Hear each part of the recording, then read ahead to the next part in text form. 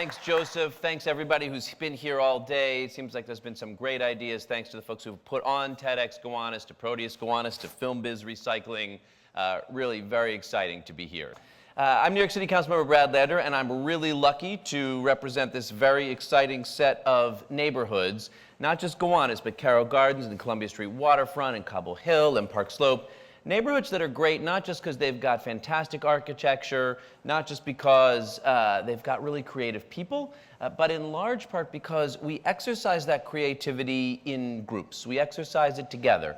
And you can see that in so many spaces. It's true historically. It took vision to carve Prospect Park out, 565 acres of public space at a time when speculation was rampant. You see it in the energy of the PTAs and the public schools around here. You see it in the advocacy groups for safer streets, street safety, cycling, for affordable housing, and obviously for the environmental remediation and the cleanup of the Gowanus area. So my background as well is in that same venue, working together, organizing people, being creative. Whatever the New York Times says about this week about being a power broker, the truth is I come from a community organizing background, and that's how I think we get things done together. So when I got elected to office, I wanted to see how could we bring that spirit, creativity in groups, creativity in partnership into government.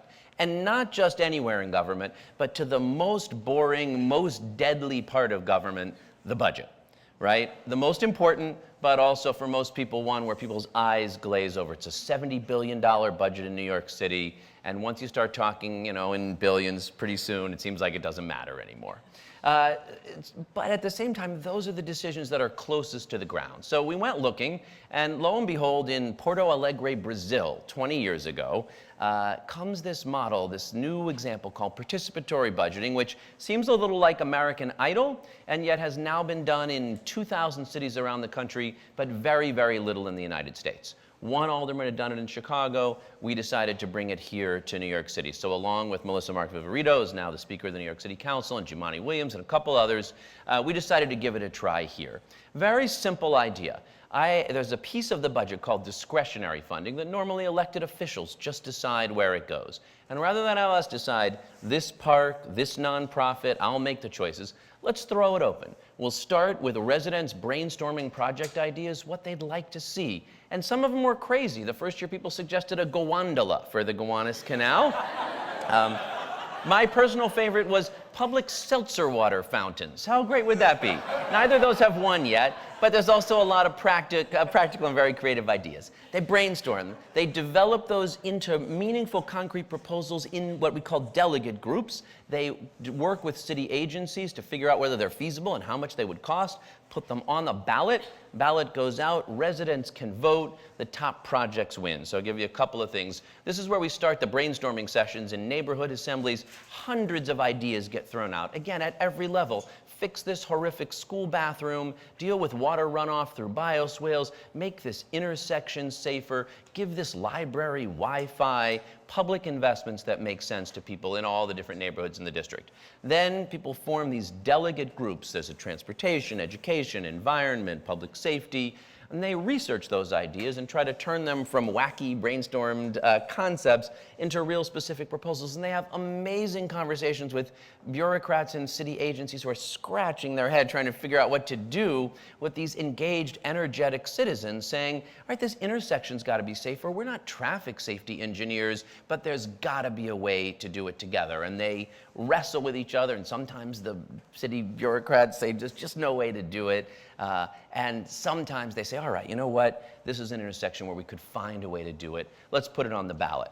People then get a ballot put together, and we have something a little like a science fair. These are kids from John Jay High School last year who realized there's 4 different schools in that building, didn't have much chance to work together, and put on the ballot a filmmaking and media lab that all 4 schools could share, and that would give them new opportunities to work together. So you get about 30 projects on the ballot.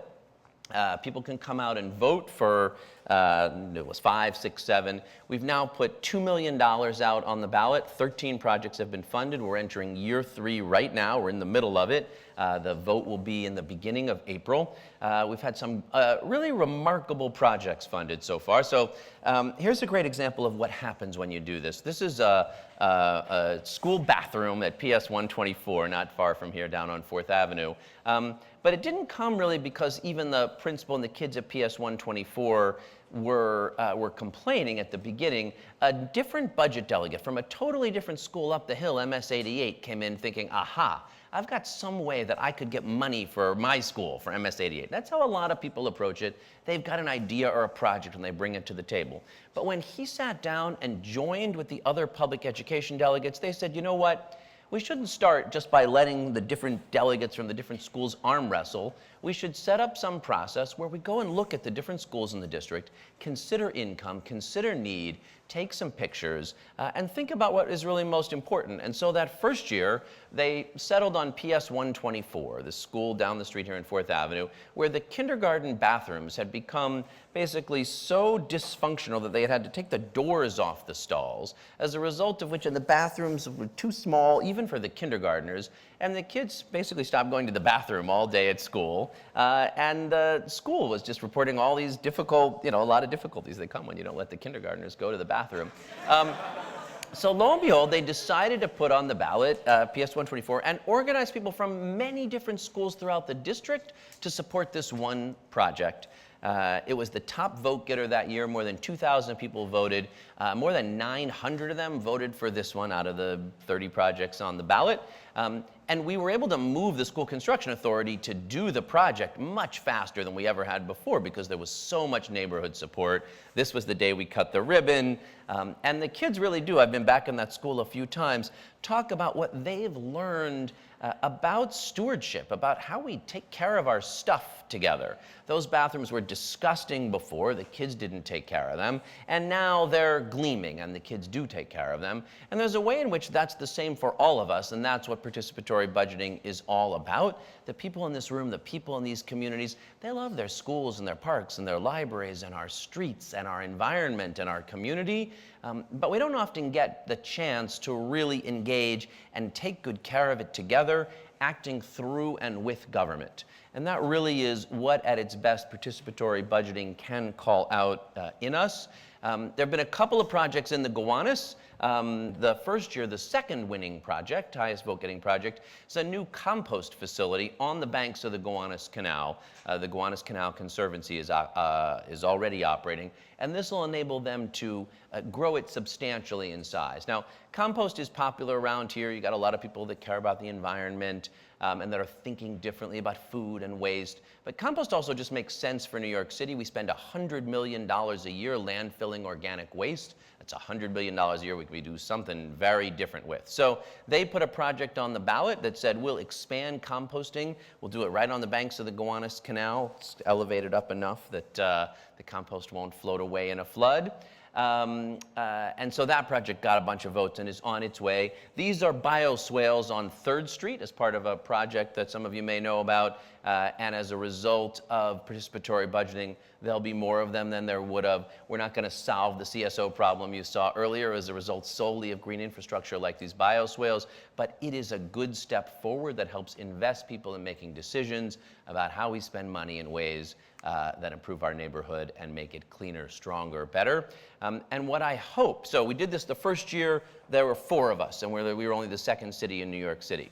Second year, there were 8. As a result of some changes in the city council that you may have read about, we now have 21 city council members out of 51 who are going to do it next year. And I think it's going to grow more and more over time. Hopefully we'll be able to put more resources into it. It's hard, for example, to use city capital money to fund public art, which is something people have talked about, or different kinds of creative school arts programs. And then we may be able to bring this model of participatory budgeting into other parts of New York City, into how we make a wider range of decisions and really invest a lot more of us as stewards with that creative energy for the things we can do together. Thank you very much.